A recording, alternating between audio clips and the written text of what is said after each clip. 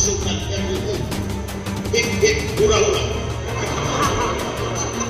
Nah, ini namanya disebut sebagai kakak buruh. Bangga, saya bangga karena ada melambangkan pertarungan perjuangan seorang pejuang. Itu karena setiap bayi itu Subhanallah, alhamdulillah, wa la ilaha illallah. Subhanallah, alhamdulillah, wa la ilaha illallah.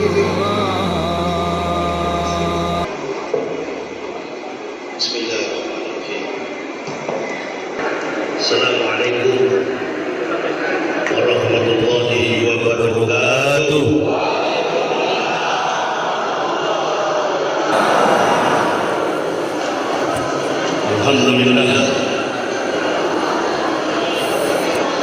Alhamdulillah mukabbil laili wa nahari mukabbil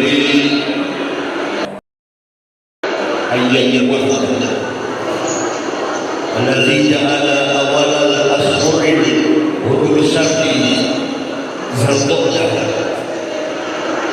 wa wada'a ash-shahra al-haram alladhi yusfa fi hadha al-umr yumayyiz al-hajj wa sadaqu wa'd asyhadu an la ilaha illallah alladzi aqza ahdah wa asyhadu anna sayyidana Muhammadan abduhu wa rasuluhu alladzi aqahu lahu hamdan alladzi jahada bil haqq jihadihi wa badala juhdah.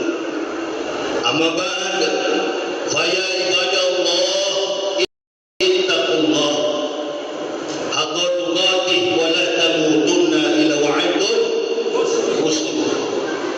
Wa qala Allah ta'ala fil kitabil azizil karim, a'udzu billahi minasy syaithanir rajim, bismillahirrahmanirrahim.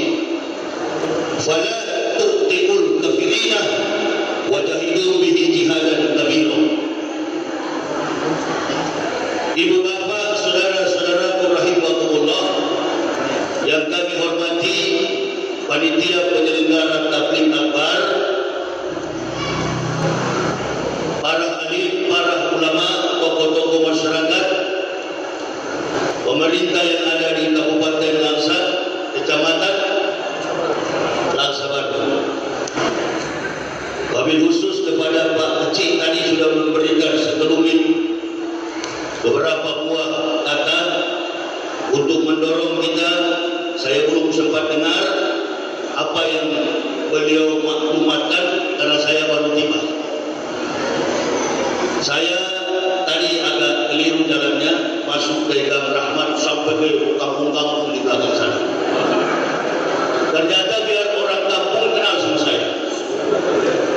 Wah, itu katanya Yahya. Turun dulu, selfie-selfie. Jamaah masih sabar menunggu saya, karena memang saya dari awal masuk Islam gak pernah berubah dalam ucapan. Karena saya tahu saya bukan ular. Kalau ular lidahnya bercabang. Saya manusia yang dilebihkan derajat saya, diangkat oleh Allah ketika mengucapkan dua kalimat syahadat. Lidah saya hanya satu. Sekali bicara A, sampai teriak kubur tetap A. Dan saya tidak pernah manjakan diri saya ini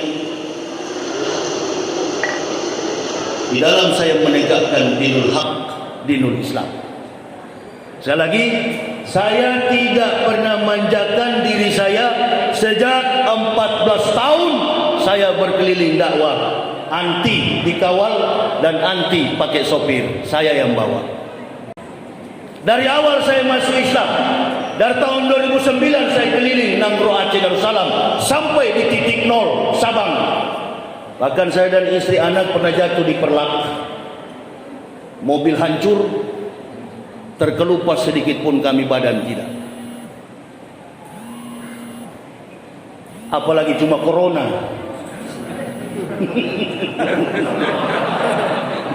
COVID-20 19. Apa itu ada, Ustaz? Ada. Siapa bilang tidak ada? Ada. Dan kebetulan dia ada di momen yang sangat tepat. Haji, momen jihadah, momen jahadum yang sedang kita amalkan dalam setiap perjalanan umat Nabi sallallahu alaihi wasallam. 4 bulan yang diharamkan oleh Allah: Muharram, Ramadan, Zulqaidah, Zulhijjah. 365 hari, 12 bulan, 1 tahun diharamkan oleh Allah. Termasuk penyakit diharamkan oleh Allah. Nah, persoalannya di sini adalah bagaimana dialog antara kita dengan Sang Khalik. Bagaimana dialog antara putra tercinta dengan Nabi Ibrahim alaihissalam. Cikal bakal terbentuknya sebuah konstruksi keimanan tauhid dalam perjalanan umat Nabi sallallahu alaihi wasallam. Di sinilah persoalannya. Covid itu ada, penyakit itu ada, tapi gejala dan dampak bias daripada penyakit itu tentu mempunyai gejala. Nah, ini persoalannya tanpa gejala, OTG, orang tanpa gejala. Ada itu bule-bule roboh sementara berdiri. Amerika Donald Trump sampai hari ini nggak pakai masker. Kafir itu. Bukan kita melawan, tidak ada kita melawan, kita mendorong pemerintah supaya apa? Penyakit ini ada, tapi ketakutan tidak boleh. Amin ya Rabbal. 14 tahun saya berdakwah keliling Indonesia, makan tidak teratur, tidur tidak teratur. Semua waktu saya gunakan untuk berjihad, bawa mobil ribuan kilometer. Adakah saya sakit? Kopi puluhan gelas satu hari, rokok sampai 3 bungkus. Nah, itu salah satu juga, corona lari kalau mau perokok. Antum ini bagaimana? Sudah Muslim lebih dulu. Ini bekas kafir ini, Masya Allah. Makanya adakan dialog yang santun dan cerdas. Jangan dibalik dialog itu ada sesuatu di bawah meja. Betul? Innalillahi. Saya dari Lampung istirahat di rest area, ketemu sopir truk. Dia bilang, Ustaz, kami lewat dari Bali 1 kali rapid bayar. Bahkan di Jawa, di Jakarta, rumah sakit, Allahu Akbar, ketahuan bikin bisnis orang mati, bukan Covid dibilang Covid. Innalillahi. Saya heran-heran juga. Ustadz Yahya di rapid test. Bapak kalau mau rapid test jujur sama saya, suhu badan saya 36 nggak pernah lebih. Ambil kamar itu detektor, periksa dulu. Padahal tidak tidur-tidur. Takut tidak boleh, tidak percaya juga tidak boleh, karena memang ada. Di mana deliknya? Di sini persoalannya ketika Ismail ditanyakan oleh abahnya, oleh abunya, oleh abinya, oleh bapaknya, ya bunaya, ini asrafil manami ani asbauka panzur masataro. Ancaman secara psikologis berkecamuk di dalam dada seorang anak remaja. Tetapi dengan kesadaran tinggi, ketaatan, keikhlasan kepada Allah Subhanahu wa taala, Ismail merespon dengan cepat, ya aba tif'al matumar satajiduni insyaallah minas sabirin. Ibrahim menggambarkan pemimpin baik dalam aspek kehidupan pribadi, memimpin diri sendiri, aspek kehidupan rumah tangga, aspek kehidupan berbangsa, bermasyarakat, bernegara. Menggambarkan seorang leader, pemimpin, leadership, membias kepada kepemimpinan. Ancaman 3 kali datang, siang malam. Malaikat datang memberitahukan, Ibrahim, engkau diperintahkan oleh Allah untuk menyembelih putra. Tersadar Ibrahim. Kenapa Ibrahim sadar? Dia baru ingat 13 tahun yang lalu dia pernah berdoa di Baitul Maqdis, Masjidil Aqsa, memohon kepada Allah meminta seorang putra tercinta. Datanglah anak sematawayang. Ibrahim ini dalam kisah pernah mengorbankan 1000 ekor kambing, 300 lembu, 100 ekor unta. Hampir 1.500 ekor.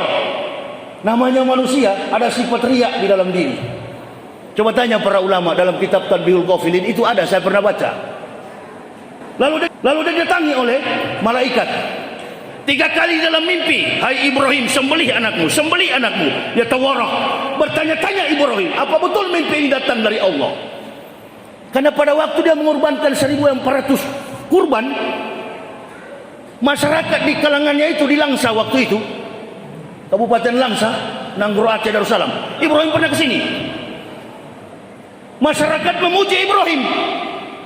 Masya Allah, luar biasa Ibrahim. 1.500, hampir 1.500 ekor engkau kurbankan di hadapan Allah. Namanya manusia, inilah dia. Apalagi orang Indonesia makin dipuji, melambung tinggi sampai mekar hidungnya. Ini sifat suka dipuji ini yang bikin jatuh pejabat-pejabat kita. Betul apa betul? Sombong, pencitraan, manuver politik, reaksi di masyarakat, gaduh. Bukan dari bawah, dari atas yang sering bikin. Sudahlah, makanya ini barang ini bisnis kok. Berhentilah, ini permainan yang manis tapi sayang ketahuan. Lalu kan Ibrahim bilang, jangankan itu, jika Allah berkehendak saya punya keturunan, akan saya persembahkan sebagai kurban. Pertarungan psikologis antara seorang pemimpin dengan janji yang diucapkan. Joko Widodo dengan saya bersumpah demi Allah. Gubernur Aceh, saya bersumpah demi Allah. Anggota parlemen, saya bersumpah demi Allah. Sumpah nasar di hadapan Allah akan ditagih lewat ucapanmu. Ini makanya ada tajuk di dalam televisi bergengsi, dialog bergengsi, para pakar-pakar dengan kualifikasi kemampuan qualified. Mereka bertarung dalam dialog TV One dengan tajuk Jokowi marah. Dengar cerita ini, Ibrahim pun sempat marah waktu menyembelih, menggorok Ismail tidak mempan, jangankan terkelupas, luka pun tidak. Marah Ibrahim, membanting pisaunya. Batu berbicara. Kalau saya bilang pisau, dalam catatan sejarah bukan besi, batu. Karena waktu zaman Ibrahim adalah zaman batu. Jadi ketika biar dialog begini, Ibrahim katakan, anak diberikan oleh Allah, kalian tahu, saya serahkan kepada Allah sebagai kurban. Dia tidak bangga dengan 1.400 ekor yang dia kasih kepada Allah sebagai kurban. Kita baru 1 ekor, ditulis di perut Jokowi. Kurus lagi itu sapi. Ditayangkan semua televisi. Nah ini Ustadz Yahya mau datang, musuh diancam duluan. Semakin kau ancam, semakin kurimbas. Di daerah kafir saya rimbas, apalagi daerah Muslim begini. Tanggung jawab Islam ada di pundak orang Aceh. Saya sebagai pendakwa, di pikiran saya, di dalam jiwa saya ajarkan kepada anak istri saya, jadilah dengan 3 prinsip. Antum jadi Muslim, 3 yang antum lakukan. Apa? Yang pertama, jangan tinggalkan sholat 5 waktu. Yang kedua, jangan mengambil, mencuri barang orang. Dan yang ketiga, jadilah dirimu sendiri, jangan jadi pikiran dan diri orang lain. Apapun status dan derajatmu, apabila antum nanti jadi pejabat jangan berhati penjahat. Apabila antum jadi penjahat, jadilah penjahat sejati, jangan berhati pejabat. Susahnya kita ini pejabat hati penjahat hati pejabat. Pura-pura pakai salam Islam, nama di KTP nama Islam, innalillahi, ujung-ujungnya PKI. Barang sudah baik-baik mau diperas oleh tukang-tukang peras. Sasaran empuk dalam sebuah sistem bernegara. Kenapa? Karena ketidakmampuan masyarakat Indonesia. 60% pendidikan mereka, kualifikasi dalam kompetensi kemampuan berpikir di bawah rata-rata. Dikunyah habis oleh para politikus jahanam. Dikunyah habis. Bahkan mohon maaf, partai Islam pun seolah-olah tidak ada siksa untuk bermain secara kompetensi di dalam kemampuan berpolitik. Disiksa oleh komunis. Berdiri seorang pemimpin, apabila ada komunis saya gigit. Kenapa tidak gigit sekarang? Janji-janji inilah yang membuat pemimpin itu tertekan secara psikologis. Ibrahim pun begitu. Ditagih oleh Allah, mana janjimu Ibrahim? Tapi Ibrahim ini orang yang beriman, beda dengan Pak Jokowi. Beda, kualifikasinya beda. Klasifikasi dalam konteks keimanannya beda. Ibrahim Abu Anbiya, bapak dari semua nabi. Rasulullah Sayyidul Anbiya. Komparasi, kemampuan, relevansi yang kuat antara proses sejarah yang membenarkan ketauhidan itu dari ajaran Ibrahim. Qul innani hadani Rabbi ila sirati mustaqim dinan qiyamah millata Ibrahim hanifah wa makana minal musyrikin. Qul inna sholati wa nusuki wa mahyaya wa mamati lillahi rabbil alamin. Itu diletakkan dalam pengakuan kita ketika takbir Allahu Akbar. Sesungguhnya solat hidup dan matiku, ibadahku hidup dan matiku adalah untuk Allah Tuhan semesta alam. Nggak usah takut dengan barang itu. Barang itu ada. Imunitas kuat 14 hari. Anggaplah tubuh kita ini inkubator. Dia berdiam di dalam tubuh kita 14 hari. Imunitas kuat. Mati sendiri corona itu. Ada ahli fisika di sini. Metafisika, ilmu yang tidak ada dalam jangkauan kemampuan rasio. Tetapi ilmu fisika, ilmu astronot, dikatakan bahwa corona itu adalah lapisan tipis matahari. Corona, atmosfera bumi, di lapisan paling tipis matahari. Apabila nampak pada cahaya keabu-abuan, suhunya 100 derajat Celcius. Nanti kalau gerhana matahari penuh baru kelihatan, oh itu ada corona, berduri. Maksud saya apa ini? Mosok jadi seorang zoologi? Bisa disaksikan apa dalam istilah biologi itu, Ustaz? Kalau melihat sesuatu yang sekarang makroskopik and mikroskopik, begitu kan? Melihat sesuatu yang tidak jelas sekedar kasat mata itu disebut dengan mikroskopik. Secara kasat mata tidak pernah terlihat. Dokter juga tidak pernah mengumumkan. Ini yang mati di rumah sakit gara-gara corona begini. Mana masyarakat mau lihat betul nggak corona? Kalau Ibrahim kan jujur. Il sini il. Ya bah, duduk di depan. Duduk, diam-diam. Ada apa bah? Udah duduk aja. Abah mau kasih tahu. 3 kali abah mimpi, abah diperintahkan untuk menyembelih leher antum. Dengan respon yang cepat, Ismail berkata, lakukan wahai ayahku. Sesungguhnya engkau akan mendapatiku seorang, insya Allah, tergolong orang-orang yang sabar. Tidak ada lantas jangan bahasa takut. Bagaimana COVID mau hilang? Komentatornya tidak pakai assalamualaikum. Orang Islam. Ente kalau berdiri, selamat pagi. Ya, corona bilang memang pagi ini sampai bila sore. Nama Ahmad, salam tidak. Setiap salam itu ada berkahnya. Penyakit lari. Cobalah kalau tampil di televisi bicara dulu. Ya ayyuhalladzina amanu taqullaha haqqa tuqatih wa la tamutunna illa wa antum muslimun. Baru mulai bicara. Assalamualaikum warahmatullahi wabarakatuh. Karena mayoritas masyarakat Indonesia adalah Muslim. Kalau bilang selamat pagi pada jam 10, orang di Papua sudah siang. Saya lama 16 tahun di Papua. Apa bilang selamat sore, orang di Papua sudah malam. Yang paling tepat assalamualaikum, baru dimulai. Assalamualaikum warahmatullahi wabarakatuh. Salam sejahtera bagi kita semua. Om santi, om, opa, oma, kan begitu. Terus ke belakang.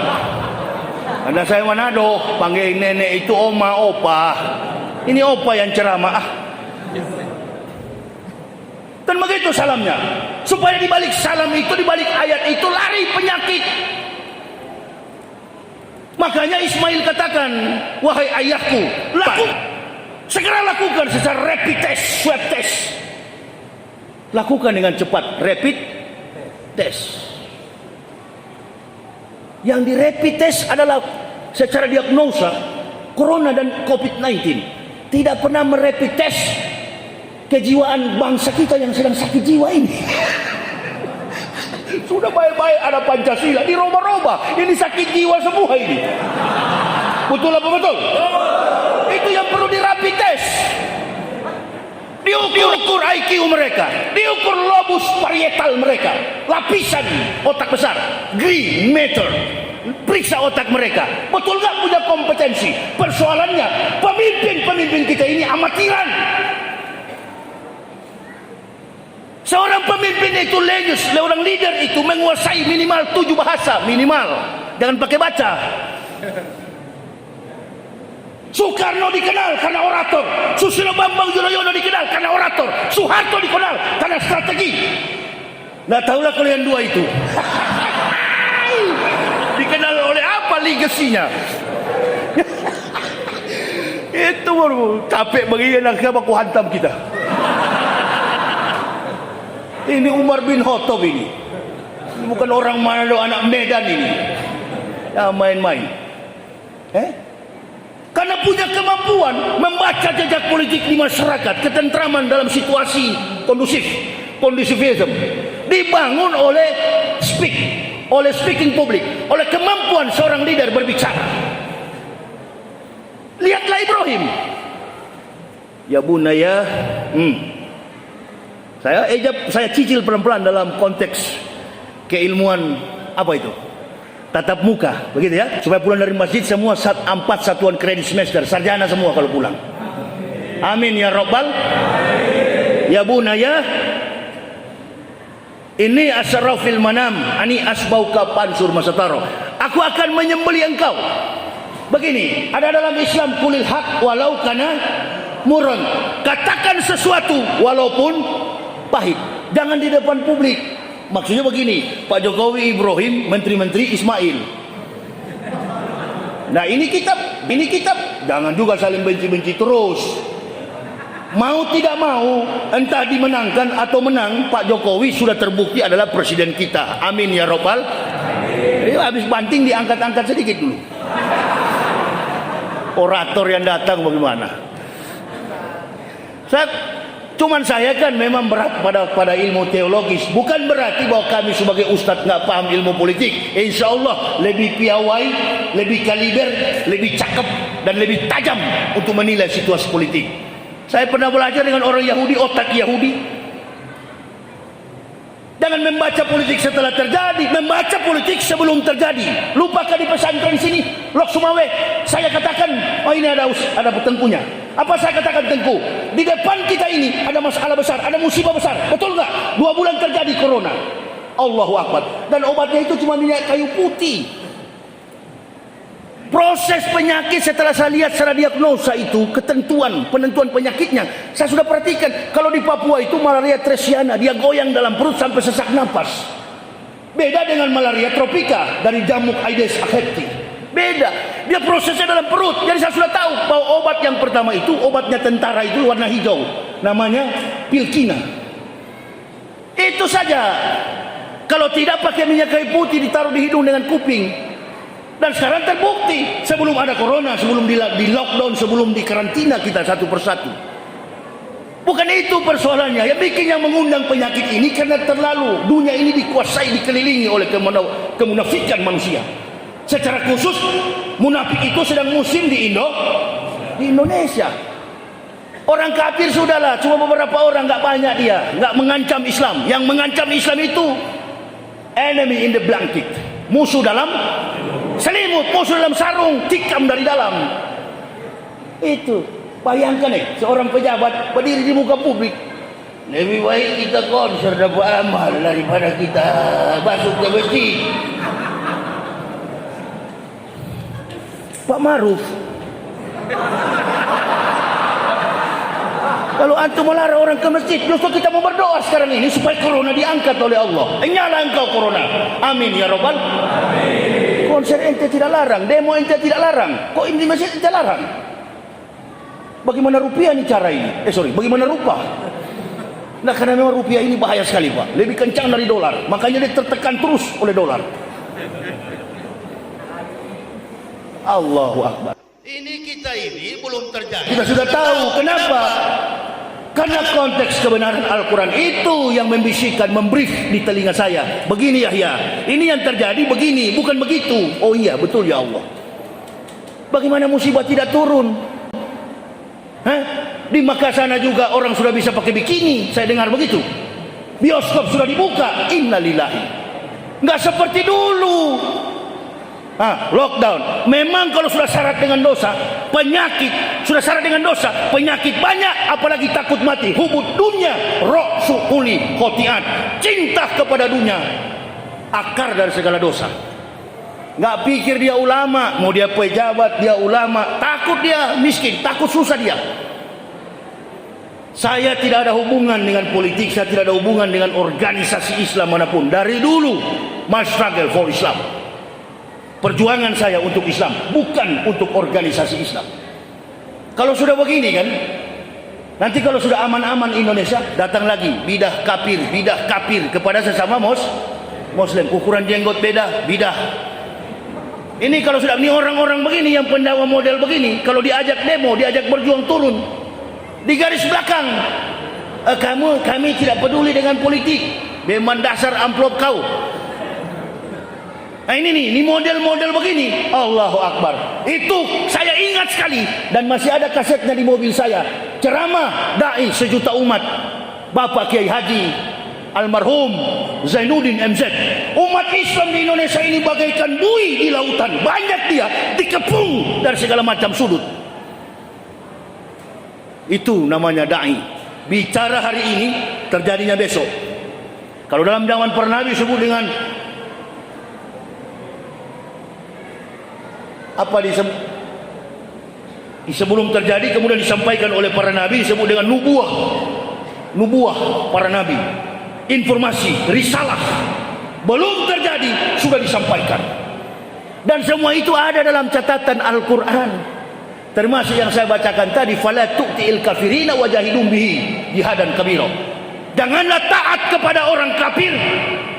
Perhatikan, janganlah taat kepada perintah orang kafir, berjihadlah dengan jihad yang besar melawan mereka. Jadi yang melarang orang ke masjid untuk tabligh akbar begini, konsepnya adalah konsep kafir. Ada orang kirim Snowcross punya video sama saya. Saya bilang, kau mau menyinggung saya? Hei, si monyet yang kafir ini bukan grup saya. Dia bukan masuk Islam, dia peneliti Islam dan punya niat untuk menghancurkan umat Islam di Aceh. Ada orang Aceh mau curiga sama saya. Kau jangan dulu curiga, kau ikut saya duduk di samping dulu. Bagaimana dilempar batu sama kafir, bagaimana dikeroyok sama kafir, bagaimana tidak tidur semalam hanya karena bawa mobil. Nanti kalau sudah rasa baru tahu, oh memang nggak gampang pekerjaan dakwah ini. Ini persoalannya. Artinya apa? Sengaja saya umpan begini supaya jemaah taat betul kepada Allah. Ini permainan kafir menjerumuskan orang Islam jadi munafik. Padahal sebelum dia jadi pejabat, sebelum dia jadi polisi, jadi tentara, doanya kepada Allah. Ibunya, mamanya, ibunya Jokowi almarhumah. Sudahlah nak. Pak Jokowi ini kan memang dari figur kepribadiannya, dia tidak ambisi orang wong deso kemudian jadi presiden. Itu keberkahan. Akui, jangan tidak diakui. Bermain kita secara benar. Lidah kita ini jangan menyalahkan orang hanya satu sisi, kemudian sisi yang baik tidak kita akui. Ibunya berdoa, saya ingat sungkem kepada ibunya di kakinya Pak Jokowi. Ibunya berdoa, Rabbana atina fid dunya hasanah, mudah-mudahan kau nak amanah. Tapi yang di samping kiri kanan Jokowi ini nih, bajingan ini, tokoh-tokoh senior politik, kuda-kuda tua dalam permainan catur kuda tua itu. Apabila benteng sudah mati, maka sulit untuk memblokade, untuk melindungi sang raja. Raja jadi marah, begitu juga Ibu Rohim jadi marah. Pas sekali ini keadaan ini, kontekstual. Orang tidak bisa membahas itu. Yang dibahas oleh pengamat politik, yang dibahas oleh pengamat kesehatan. Oh, karena menterinya tidak becus kerja. Bukan. Persoalannya janji di hadapan Allah, ikrar, nasar di hadapan Allah yang pernah terucap kemudian tidak terbukti, ditagih oleh Allah. Ada baiknya juga jalan tol dari Lampung sampai Palembang, itu saja. Kemudian dari Binjai saya bilang istri saya, alhamdulillah ini paling 2 jam ini ke Langsa, karena tulis Medan Banda Aceh. Putus. Cuma sampai keluar di Binjai. Belum jadi rupa-rupanya, tanahnya belum dibayar. Banyak Pak, banyak. Tapi saya bukan politikus, tidak cocok bahas itu. Saya mengoperasi jiwa orang, jiwa sang pemimpin. Karena Ibrahim melambangkan seorang pemimpin. Nah, berdoa dia, mudah-mudahan anak saya jadi pejabat, jadi polisi, jadi tentara, jadi ASN, aparatur sipil negara, jadi hansip, jadi pedagang, jadi seorang konglomerat, jadi guru besar, jadi rektor, dan lain sebagainya. Sukses anakku dunia wal akhirat. Berdoa kepada Allah. Begitu berhasil diberi pangkat, yang diserang Islam. Yang diserang Islam. Siapa yang mengendali? Ini kan remote. Remote ini dikendalikan oleh jari manusia. Jadi remote dikendalikan oleh remote. Tak, tuk, tak. Padahal waktu dia mau jadi pejabat, dia dilindungi, dia dirahmati, diberkahi oleh Allah lewat doa. Karena dia seorang Muslim, dia lupa itu. Dia lupa itu. Bahkan ada satu yang berkata, saya ini bukan menteri agama Islam. Ya, siapa juga yang akui kau menteri agama Islam? Menteri itu mengapalai semua agama. Orang Islam ini nggak minta perlindungan. Saya aja baru masuk Islam nggak pakai minta perlindungan. Bicara saya ini minimal penjara, maksimal mati orang bunuh, kan begitu. Kalau Allah izinkan. Kenapa antum terlalu takut itu dengan rizki, dengan segala macam kekhawatiran? Nah, orang-orang begini kalau sudah dekat-dekat pensiun, umur sudah 80 tahun 90, itu pura-pura dia ke masjid pakai sarung.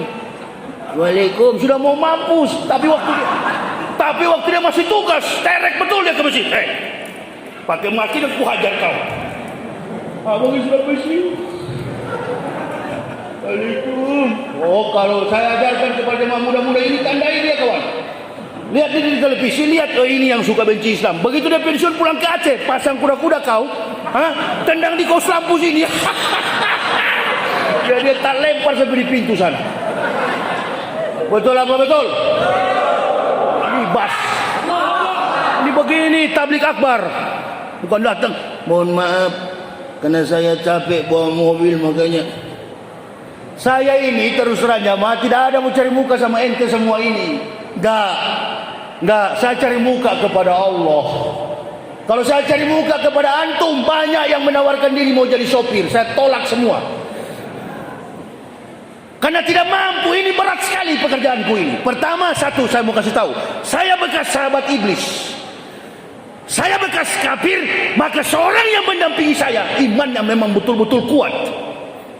Dan saya tidak butuh orang berani, saya tidak butuh orang kuat, saya butuh orang beriman. Kalau hanya kuat, kalau hanya berani, tidak jadi kekuatan bagi kita. Buktinya kita banyak yang kuat, kekar-kekar. Sekali didorong, tumbang juga. Roboh, tak berdaya. Banyak kita dikepung dengan segala arah. Nah, taktik dan strategi ini yang perlu kita sampaikan kepada jamaah. Rapatkan barisan. Kita berdoa kepada Allah. Ya Allah, kalau memang sudah tidak ada pemimpin lagi yang adil bagi kita, tidak ada lagi yang soleh, tidak ada lagi yang soleha, tidak ada lagi yang bisa dipercaya, gantikan ya Allah. Percuma kita demo berbaris-baris di sana di lapangan. Biarkan kepada mahasiswa. Karena bicara soal politik dalam konteks kenegaraan, yang bisa menjatuhkan seorang pemimpin hanya mahasiswa. Lupakah kita? Soeharto, macan Asia, sekali digoyang beliau dengan legowo karena negarawan mundur. Nah ini, jadi saya sarankanlah kepada Pak Jokowi, masih ada kesempatan Bapak untuk Bapak merubah seperti Ibrahim. Jangan dengar tuh di kiri kanan itu orang-orang tidak jelas ini, jangan dengar. Dengarlah kepada suara umat, dengarlah kepada suara. Nanti kalau sudah ribut, yang diadu domba polisi dengan masyarakat, masyarakat dengan tentara. Nah ini, dia bermain di atas. Jadi yang bikin kacau selama ini bukan masyarakat, pejabat kita yang suka melempar bola ke bawah, membiarkan masyarakat bermain bola itu tanpa aturan-aturan yang sudah ditentukan dalam falsafah, bahkan pun dalam struktur sistem yuridis yang ada di negara kita. Ribut semuanya karena yang lempar bola itu sekarang baku tolak. Ditanya oleh koordinator demo di Jakarta kemarin, partai mana yang mengusulkan RUU? Hik hik hura hura. Nggak ada yang mau ngaku. Saya lihat tuh Ahmad Basara kalau ngomong dengan ayat Al-Quran, innalillahi, bagus sekali ya, kayak Ustadz. Hah? Jangan bersandiwara dengan ayat Al-Quran, karena ayat Al-Quran ini khusus disampaikan oleh orang-orang yang menyampaikan risalah sesuai dengan akhlak yang dia tampilkan. Kalau mau jadi ustadz, berhenti dari pekerjaan apapun. Dari pedagang berhenti, dari pegawai berhenti, dari militer berhenti, dari polisi berhenti. Duduk sebagai pendakwah. Hanya bertuhankan kekuatan Allah Subhanahu wa taala. Tidak ada tuhan-tuhan lain. Tidak ada ilah-ilah lain, tidak ada kekuatan lain yang dia utamakan, prioritaskan dalam hidupnya kecuali hanya Allah. Ini bicara akhirnya kocar kacir. Sekarang bingung, tersudut di mana-mana. Alhamdulillah saya lewat dari Binjai ke sini, pagar-pagar masih tertulis, kami menolak RUU HIP. Kau rasa itu? Di Langsa ada itu? Di Langsa ada? Oh enggak, karena di Langsa lagi sibuk dengan Covid, begitu ya? Itu. Jadi kita harus distancing ini ya. Ini yang paling bahaya. Saya mau sampaikan kepada bapak-bapak, bukan virus itu, bukan Covid yang bahaya. Apa itu? Virus munafik. Itu maksud saya. Kafir yang sorong bola, yang tendang ke gawang itu, yang bikin kacau di bawah adalah munafik. Jadi seperti apa istilah kadrun. Ini munafik-munafik ini hanya beberapa ekor di Jakarta. Latar belakangnya tidak jelas. Kemudian dengan sedikit kemampuan IT, informasi telekomunikasi, dia punya kemampuan itu, kemudian diperalat. Nah dia ini yang sering meniup-niupkan api dan berkata bahwa kita ini kadrun, kadal gurun. Saya ingat the desert fox, Jenderal Hitler yang berkhianat kepada Hitler, namanya Jenderal Rommel. Dia disebut dengan rubah padang pasir. Dia katakan dia kalah bertarung dengan seekor kadal. Kadal itu apa? Pasukan yang tidak menunggang kuda tapi memegang pedang. Nah kita bangga disebut sebagai kadal gurun. Bangga, saya bangga karena kadal melambangkan pertarungan, perjuangan seorang pejuang. Itu kadal. Tapi yang bahaya ini kalau jadi anjing. Anjing itu di kemana-mana tuannya dikasih makan tai, dia makan tuh tai. Nah itu kata Hitler, orang munafik itu seperti lalat di atas tai. Dia berputar-putar di atas feses, dia berputar-putar di atas tai, yang dia makan adalah tai. Kalau feses orang Aceh tidak mengerti, tai yang keluar dari pantat itu. Dan Nabi berkata begitu, barang siapa dari umatku yang berpikir hanya yang makan dari mulutnya, disimpan ke dalam perutnya, maka nilai harga dia itu tidak lebih daripada apa yang keluar dari dalam perut, tai. Jadi pemakan-pemakan tai inilah maksudnya yang merusak reputasi beliau sebagai presiden. Akhirnya marah. Secara psikologis itu persoalannya. Oh ternyata saya jadi begini ya, saya ditunggangi ya. Ini bicara betul, karena saya melihat ada komentar Pak Wowik, Mardigu Wowik diundang oleh Pak Jokowi tengah malam untuk membahas tentang ekonomi Indonesia 2 tahun kemudian. Apakah Indonesia masih bisa berdiri dalam kemampuan ekonomi yang maju? Semua cita-cita amruk. Bercita-cita boleh, berkeyakinan kepada Allah itu yang harus diperbolehkan. Antum punya cita-cita setinggi langit, kalau tidak menghargai nilai ketauhidan, apalagi tidak adil kepada umat Islam mayoritas, mereka melawan atau tidak, lambat atau cepat pasti akan tumbang. Pasti akan tumbang. Sudah banyak sejarah itu. Firaun yang begitu kuat, Nebukadnezar raja yang kejam, Herodes dan lain sebagainya. Begitu mereka mau mengganggu Rasulullah, habis semua mereka. Umat tidak mampu karena pengikut Islam pada waktu itu hanya sedikit. Diutuslah burung ababil. Para nabi-nabi sebelum datang Rasulullah, mereka dianiaya, digoreng dalam periuk mendidih, mereka dimasukkan ke dalam goa singa, mereka aman, tidak ada pengikutnya. Nah ini jadi contoh bagi kita. Kepada pejabat-pejabat diharapkan ikutilah apa yang menjadi ketentuan daripada mayoritas umat Islam di Indonesia ini. Penyakit ini kan wallahu a'lam bishawab. Yang percaya silakan pakai masker, ya, bentengi dirimu dengan wudu, dengan iman dari rumah, insya Allah. Saya dengan istri anak saya masih kecil, umur 3 tahun, itu nggak pakai masker. Dia tanya sama saya, Papa, Abah mana Covid? Nanti kita beli di situ ada Covid goreng. Ada itu. Informasi itu ada, masuk dari mata, masuk dari hidung, enggak, blok saja dengan minyak kayu putih, selesai barang itu. Dia ada, kita duduk begini ada sekarang ini. Semua ini sudah terinfeksi. Coba tanya dokter, terinfeksi dia ini. 14 hari mati, timbul lagi mati, timbul lagi mati. Nah, kolapsnya itu, stadium 4-nya itu, beratnya itu, antum tidak bisa bernapas, memang betul-betul wafat. Ada itu. Siapa bilang tidak? Ada. Saya yakin itu ada. Dan sekarang saya sedang mengidap itu. Ada. Tapi habis ceramah, hilang lagi itu. Paham maksud saya kira-kira? Paham maksud saya? Nggak usah terlalu diributkan itu, ya. Disuruh pemerintah pakai cover, pakai apa itu nikot. Nggak, di Islam nggak ada kelihatan masker itu. Di Inggris dalam masjid nggak boleh bilang masker, nikot. Dipakai nikop itu apa itu? Cadar. Nah ini kan ulah daripada apa? Mengganggu Islam. Sebelum ada nikop ini kan orang menyinggung. Jangan pakai cadar. Nah sekarang pakai cadar semua biar laki-laki. Mana yang pakai cadar ini? Sudah jangan pakai setengah begitu. Pakai aja nggak apa-apa. Nggak apa-apa. Kalau A katakan A, B katakan B. Nggak usah pelin-pelan begitu. Pakai nikop biar laki-laki. Pakailah nikop. Karena antum dulu yang mengatakan itu, ya. Singgung-singgung jilbab, pakai enggak kau sekarang? Nah, saya enggak pernah jinggung jilbab, makanya saya enggak pakai. Ini dalam masjid, kalau di luar sana lain lagi. Di luar sana istilahnya apa? Aduh, saya enggak bisa bahasa Inggris, saya payah bahasa Inggris. Apa di luar sana? Masker ya. Apalagi yang satu itu? Apa namanya? Facial. Apa? Coba ajar saya. Oh, facial. Oh ya. Beliau ajar saya, ajarkan Pak, ajarkan kalau saya tidak tahu. Begitulah cara Ismail mendengar Ibrahim, saling mendengar ya. Jangan cuma antum yang mau didengar, antum juga dengar masyarakat. Betul apa betul? Nah ini kan begini, jangan dulu marah. Pak Jokowi itu bapak, Pak Maruf Amin itu ibu, kita ini anak-anak. Masa kita nggak boleh tegur bapak dan ibu? Hanya salah sedikit penjara, hanya salah sedikit penjara. Bagaimana ayah begini ya, ayah ya? Jadilah seperti Ibrahim ya. Perintah berat, insya Allah kami anak-anak ini akan lakukan. Jangankan begini ya, ini baru sakit saja sudah ketakutan semua.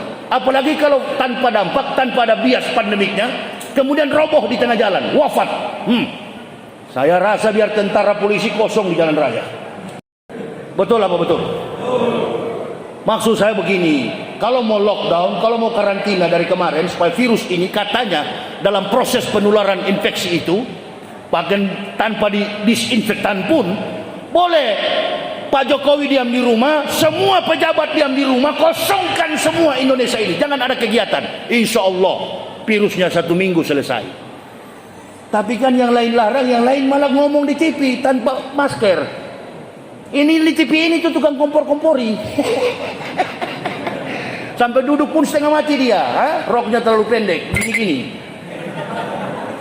Ini yang kompor-kompori. Ini yang sering ngompor di masyarakat. Baku kejar petugas, di pasar dikejar. Mana dia? Lari di kolong bawah, di bawah meja. Tangkap dia. Tes. Di mana? Di gunung, kejar. Di kebun, dikejar. Di lautan, dikejar. Sudahlah masyarakat, kalau ada yang mau periksa besok, serahkan. Pak, tolong periksa saya. Nah, begitu dokter periksa, dok mana laporan diagnosanya? Ada. Mari saya perlihatkan ke kakak saya. Kebetulan kakak saya ahli epidemiologi. Saya mau periksa dulu, betul nggak saya terinfeksi? Karena tidak ada transparansi, keterbukaan sebagaimana Ibrahim dan Ismail, masyarakat curi itu mayat dari rumah sakit. Bahkan ada terindikasi rumah sakit di Jakarta memproses orang supaya kalau dikuburkan, saya dengar ratusan juta satu liang kubur.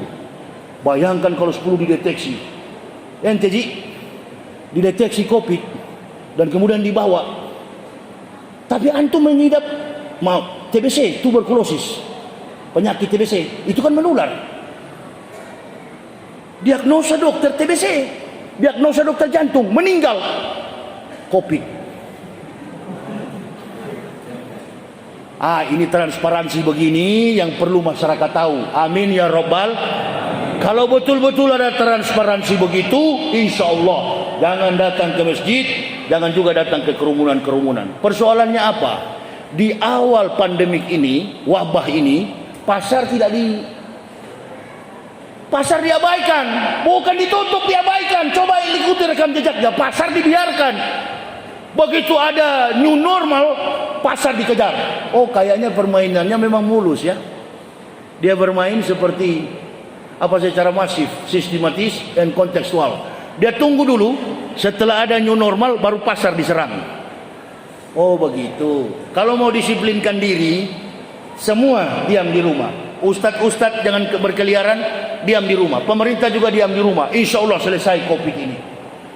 Selesai. Disiplinkan diri kita. Tapi kalau di sini disiplinkan, di sana berkeliaran, di sini rapat, di sini bahas tentang bagaimana cara memeras Pancasila. Nah, itu virus itu yang lebih bahaya daripada COVID ini. Memeras Pancasila, kemudian undang-undang apa itu? Omnibus Law dan lain sebagainya. Banyak sekali persoalan yang lebih penting. Jadi saya kira masyarakat Aceh ini masyarakat yang beriman. Orang Aceh ini sudah dikenal sebagai masyarakat yang Darussalam. Nanggro Aceh Darussalam sebagai tempat di mana Islam pertama kali datang dan menyebar sampai ke Sumatera dan Pulau Jawa. Ini Aceh. Saya bangga sekali, biarpun jauh saya datang. Pada tadi sore saya sudah ceramah tadi zuhur dari daerah Vietnam Selatan sana, Bahorok, Sumatera Utara. Alhamdulillah langsung ke sini. Memang kalau saya sendiri di jalan mungkin saya sudah tiba jam 8, tapi banyak sekali mobil. Saya memang sudah balap, sudah laju sekali, tapi banyak truk kontainer. Saya harus kontrol daripada saya celaka, ya, kontrol tetap, mata tetap mainkan, jalan. Ini karena ridho Allah. Ini karena pertolongan Allah. Kalau hanya bicara soal kondisi fisik sudah KO saya. 14 tahun pekerjaan saya begini. Itu dah, jemaah, saya perlihatkan kepada antum semua. 14 tahun saya begini. Dan tidak ada pernah waktu untuk berhenti. Selagi jamaah butuhkan, kami datang, kami berdakwah. Dan volume saya berceramah begini, nggak ada pernah menunjukkan diri loyo, nggak pernah menunjukkan saya miskin, nggak pernah menunjukkan saya sedih. Seorang pejuang, seorang petarung, dia tidak pernah bermuram durjan, dia tidak pernah menunjukkan wajah sedih. Seorang pejuang, dia menunjukkan wajah betul-betul menantang dalam setiap kebatilan. To revive the truth, to bury the deviation. Mengangkat kebenaran, menguburkan kebatilan. Itu seorang pejuang. Jadi keimanan yang kita miliki, ketauhidan yang kita miliki, insya Allah akan menjauhkan kita dari segala penyakit. Doa kita bersama, mudah-mudahan pemerintah segera dilepaskan. Dapat berita kemarin bahwa angka kesembuhan mulai meningkat. Insya Allah bulan Agustus, September sudah tidak ada sama sekali. Karena mayoritas kita Muslim, munafik paling cuma beberapa ekor sajalah. Ya, munafik cuma beberapa ekor. Iya, karena kalau sudah munafik berarti sudah kafir. Sudahlah, kalau sudah munafik berarti sudah kafir. Wala tusolli ala ahadin minhum mata abada wala taqum ala qabri innahum kafaru billahi wa rasulihi wa mammatu fasikun. Itu kata Al-Quran atau 84. Janganlah engkau Muhammad mensolatkan salah seorang munafik yang mati dari kalangan orang munafik. Wala taqum ala qabri, dan jangan berdiri di atas kubur mereka. Jangan mendoakan. Jadi catat baik-baik ya. Ini kalau munafik ini kalau mati, siapa ustadznya yang mau kuburkan? Berarti ustadznya itu juga munafik. Itu Al-Quran begitu warna, jangan dirubah-rubah ya. Itu tafsir saya. Ada yang mau tafsir lain berarti sama munafik itu. Sudah dilarang oleh Allah. Nabi Muhammad dilarang wala tusolli, jangan mensolatkan salah seorang yang mati dari kalangan munafik.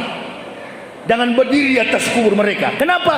Innahum kafaru billahi wa rasulihi wa mammatu fasikun. Karena mereka telah kafir terhadap Allah dan Rasul, mereka mati dalam keadaan fasik. Jaga penyakit itu.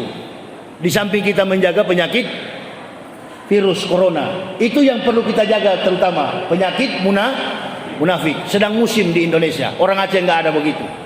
Orang Aceh cuma satu kelemahannya. Ustaz, ada yang bertanya, kalau pemalas sholat, ya itu orang Aceh pemalas sholat. Saya pernah di Lok Sumawe sholat subuh pertama kali masuk Nanggro Aceh Darussalam. Yang komat, yang ajan opa-opa, kakek-kakek, yang komat juga dia, yang imam juga dia. Cuma 5 orang di belakang. Jangan menyangkal kau. Mesti tembak yang begitu. Apakah itu disebut munafik? Tidak. Yang 5 waktu jadi 3 waktu itu bukan munafik, pemalas. Itu namanya lalai. Yang munafik itu mengaku beriman tapi menghancurkan itu munafik. Itu munafik. Dan selama 3 bulan saya terkurung di kamar, saya tulis buku judulnya Munafik. Jadi saya berdakwah, saya juga penulis. Itu Bapak Ibu saudara-saudaraku, saya tidak membiarkan waktu ini pergi begitu saja. Imam Hasan Al-Basri berkata, karena waktu itu cuma 3. Waktu itu bukan 365 hari, waktu itu cuma 3. Kemarin, hari ini, besok.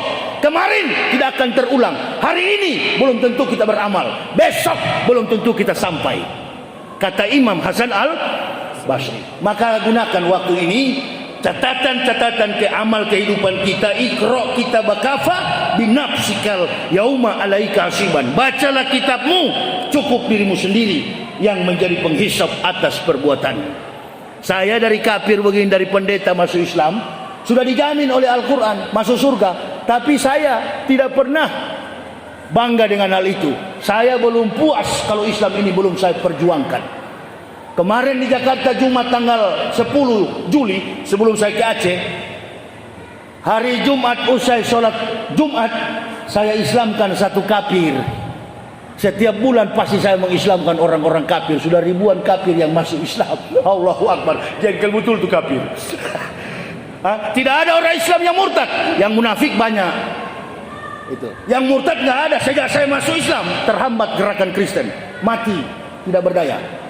Di Aceh sini ada satu perempuan murtad. Itu nggak berpengaruh. Karena orang Islam yang murtad cuma 2 faktor. Indomie 1 bungkus, beras 1 liter. Tapi orang yang masuk Islam, Allahu Akbar, kemampuan mereka, kompetensi mereka di atas rata-rata. Mereka masuk Islam, derajatnya langsung diangkat oleh Allah. Bagi mu'alaf yang betul-betul muhtadin, orang yang mendapat petunjuk. Bukan masuk Islam karena mau kawin, bukan masuk Islam karena ikut-ikutan. Masuk Islam karena kesadaran akan iman kepada Allah dan Rasul melalui kajian ilmiah. Orang kalau basicnya kuat, pondasi keislamannya kuat, keilmuannya berarti dapat dipercaya.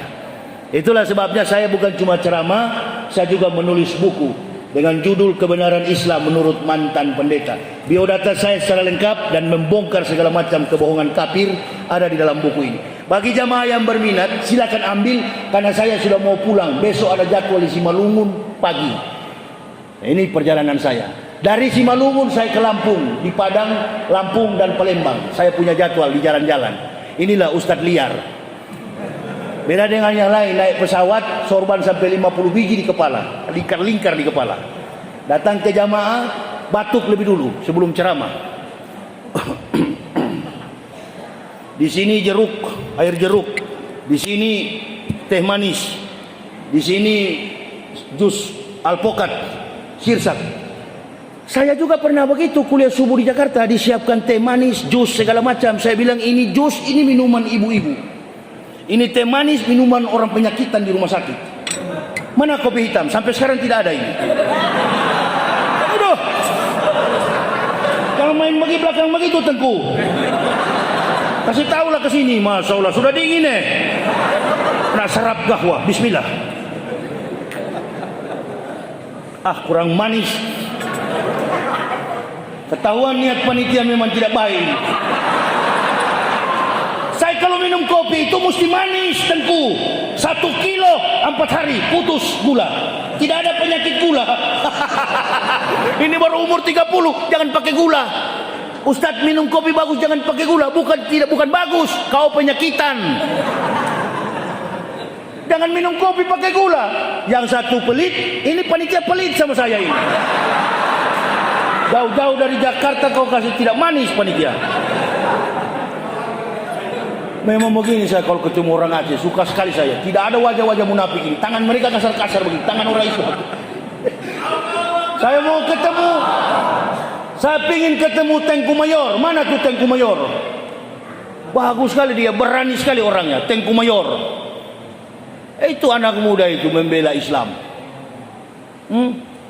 Begitu. Kita orang Islam ini sudahlah, hidup di dunia ini cuma permainan kedipan mata. Besok kita kembali ke rahmatullah. Pulang. Al-mu'minuna la ya'mutuna bal yunqalun. Orang Islam tak mati tapi pulang kampung. Tidak ada orang Islam mati. Yang mati itu kambing, sapi, Matius, Markus, Stefanus, Tetanus, mati semua itu. Masuk neraka kau kambing.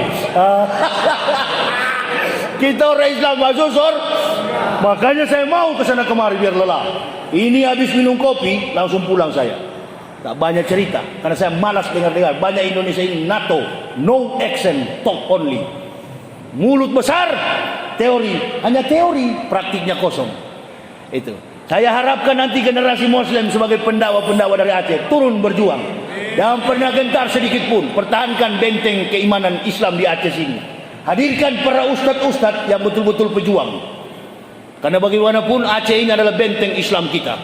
Saya pun kalau semua sudah munafik, saya akan tinggal di Aceh.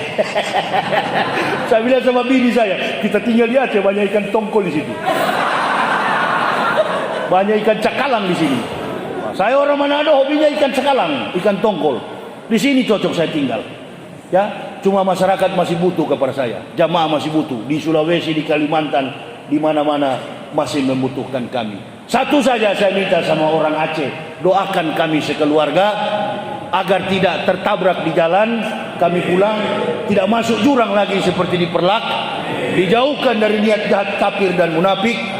Dan saya terutama Yahya minta doa supaya tetap sehat, panjang umur untuk menegakkan dinul haq, dinul Islam. Allahumma habib ilainal iman wa zanni fi qulubina wa kari ilainal kufra wal fusuq wal isyan waj'alna minar rasyidin.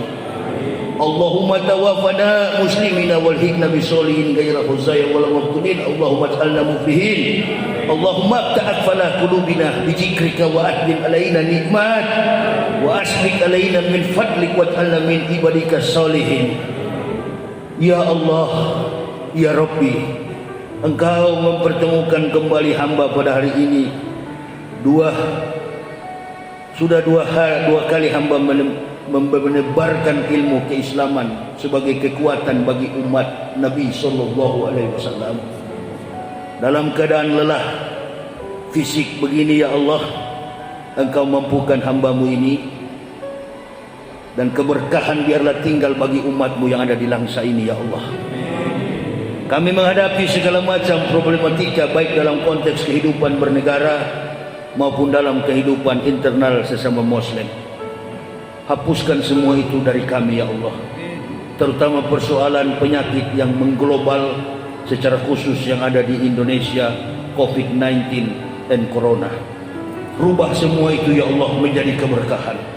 Bantulah pemerintah kami, khususnya pemerintah yang ada di Kabupaten Langsa ini. Angkat penyakit itu, ya Allah, karena makhluk itu hadir datangnya dari Engkau. Semua kami tahu, ya Allah, yang terjadi di dunia ini adalah kehendak-Mu.